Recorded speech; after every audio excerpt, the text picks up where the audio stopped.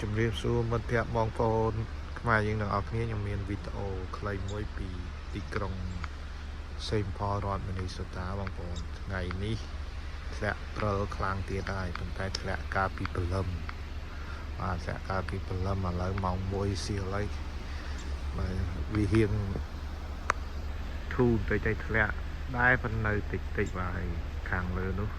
ទួលមិនមែនភ្នំទេផ្ទះគេអ្នកទូទីបាទធ្លាក់ព្រឹកនេះធ្លាក់ខ្លាំងហ្មងថ្ងៃ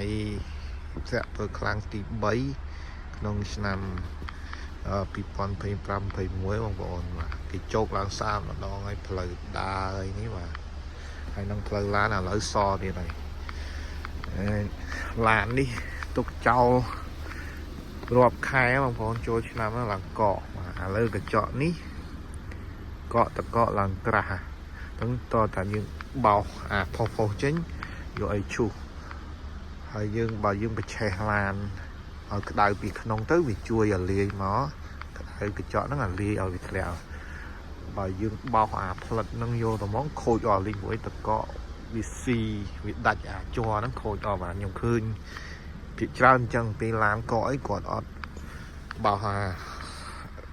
ព្រើផុសនេះហើយ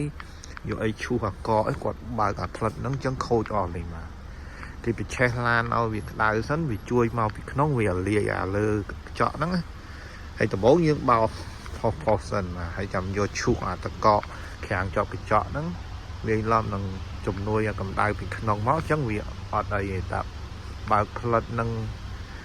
ដោយបងប្អូនមួយចំនួនដែលចូលទឹកបើកភ្លៀងខូចអស់លេងបាទហើយទឹកដាក់បាញ់កញ្ចក់ហ្នឹងបងប្អូនខ្ញុំឃើញភាគច្រើនក៏ចេះតែដាក់វាមានពណ៌វា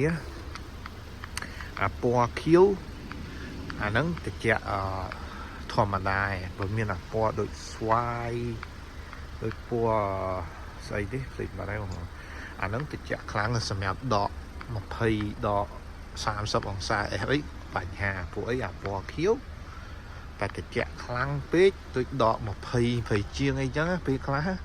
ក៏វាកកដែរបងប្អូនខាប់អញ្ចឹងមានបញ្ហាក្នុងការលាងកញ្ចក់មើលបងប្អូនថ្ងៃធ្លាក់ព្រើខ្លាំងទី3ក្នុងឆ្នាំ25-26បងប្អូនបាទជោគស្អាតម្ដងហើយឥឡូវឡើងពេញឡាននេះសើអ្នកអត់ដាក់ក្នុងការ៉ាសបងប្អូនអានេះគេសិតបោះហើយម្ដងណាជុំកាលអត់រ៉ូឡានអត់ឃើញដោយសារព្រើគ្រាប់ដុតហ្នឹងបាទហើយថ្ងៃនេះត្រជាក់ខ្លាំងបងប្អូន2អង្សា F ត្រជាក់មែនតែនជុំកាលទៅ2-3អង្សាអញ្ចឹងវាត្រជាក់ខ្លាំងហើយខ្យល់មកថែមទៀតឡើងដកបាទហើយខ្ញុំអត់មានអីនិយាយទៀតទេបងប្អូនជាស្រ័យមានតែប៉ុណ្្នឹងឯងវីដេអូខ្លីមួយពីរដ្ឋ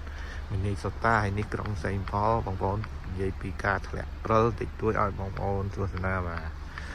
សូមអរគុណបងប្អូនដែលបាន Subscribe ទាំងអស់គ្នានិងចុចមើលវីដេអូខ្ញុំបាទសូមអរគុណជូនពរសំណាងល្អ